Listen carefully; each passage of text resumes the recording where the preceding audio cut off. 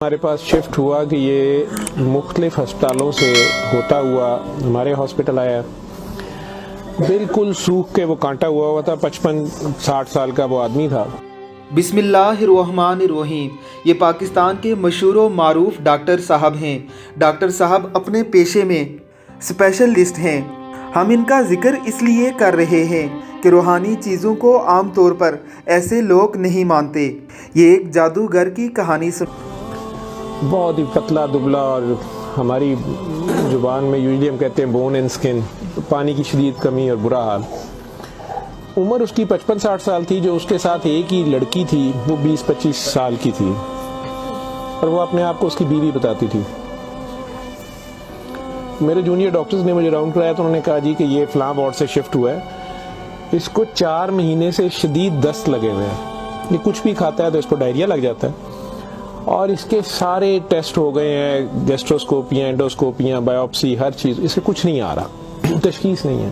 سنا رہے ہیں کہ ایک پیشنٹ ان کے پاس شفٹ ہوا تھا جس کی آنکھوں، منہ اور ناک سے کیڑے نکلتے تھے. اس کی بیوی نے ڈاکٹر صاحب کو خود بتایا تھا کہ یہ شخص جادوگر تھا، لوگوں میں جدائیاں ڈالتا تھا.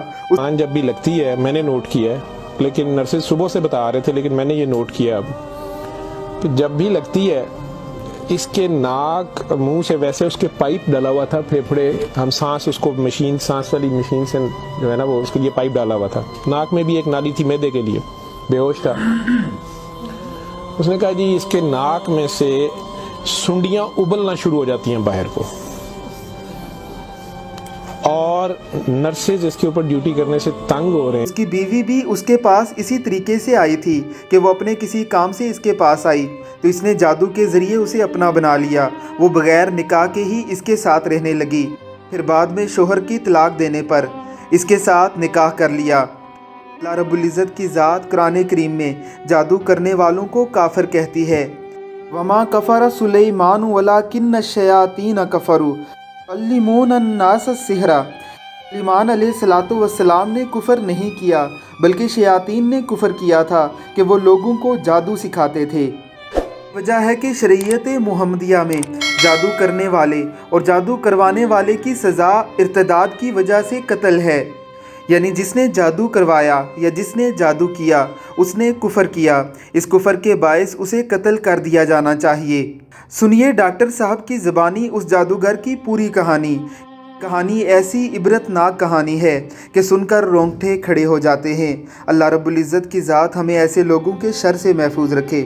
آمین ثم آمین. اس عورت نے بڑی خوفناک کہانی مجھے سنائی.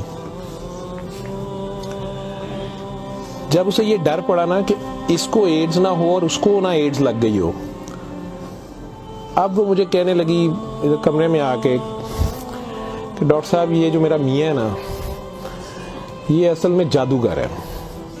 میں نے کہا آپ نے تو پہلے دن لکھوایا کہ یہ رکشہ چلاتا تھا اور رکشہ ڈرائیور ہے.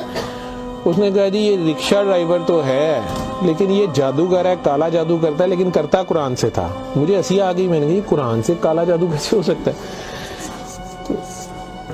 بہرحال ٹو کٹ اٹ شارٹ، اس عورت کی ہمارے وہ ڈاکٹرز نے مجھے، چونکہ وہ ویڈیو میرے پاس وہ صرف پڑی ہے جس میں وہ کیڑے پلیٹ میں ہماری اسے ہم ڈش کہتے ہیں اس میں وہ نکال کے وہ ڈال رہے تھے، تو مجھے انہوں نے بھیجے کہ اس کا کرنا یہ کیا ہے. پہلی رات جب انہوں نے مجھے میسج کیا رات کو واٹس ایپ پہ تو وہ ویڈیو میرے پاس پڑی ہوئی ہے. عورت نے مجھے بتایا جی کہ میں خود کسی کی بیوی تھی. اس کی ماں مجھے بڑا تنگ کرتی تھی اور میں چاہتی تھی کہ یہ میرے انڈر آ جائے. مجھے کسی عورت نے، دوسری نے بتایا، ہمسائی نے بتایا کہ یہ خامن تمہارا غلام ہو جائے گا، تم اس کے پاس چلی جاؤ.